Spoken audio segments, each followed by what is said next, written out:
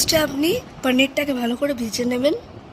ভেজে নেওয়ার পর তারপর টমেটো, অনিয়ন, গাজর ইয়া যে কোনো ভেজিটেবলস আপনার বাড়িতে আছে ওটা দিয়ে দেবেন। ওটার পর মিক্স করবেন ভালো করে আর কুল ডাউন করতে দেবে।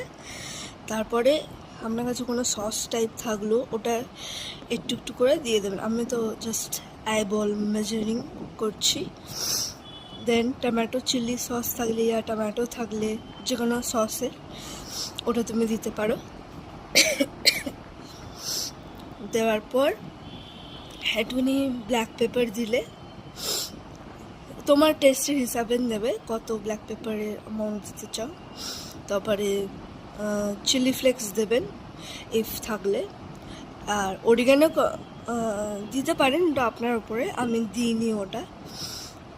তারপরে একটুখানি নুন দিয়ে দেবেন টেস্ট হিসাবে।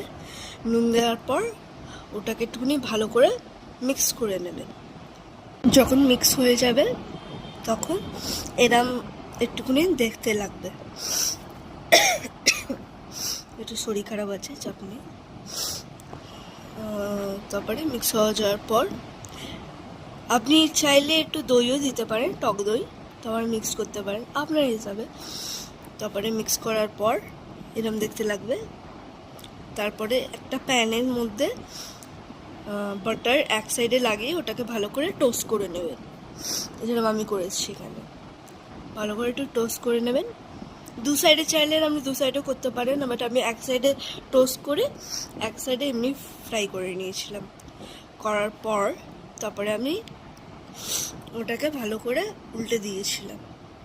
তারপরে যেই মিক্সচারটা ছিল ওটা আপনি যেটা হালকা করে ফ্রাই করেছে তার ভেতরে দিতে পারো, ইয়া যে কোনোভাবে দিতে পারো। দেওয়ার পর ওটাকে উপর জাস্ট চেপে দেবে। আর লাইক, শেয়ার অ্যান্ড সাবস্ক্রাইব। আমি এখানে বেশি স্ট্রাগল করছিলাম।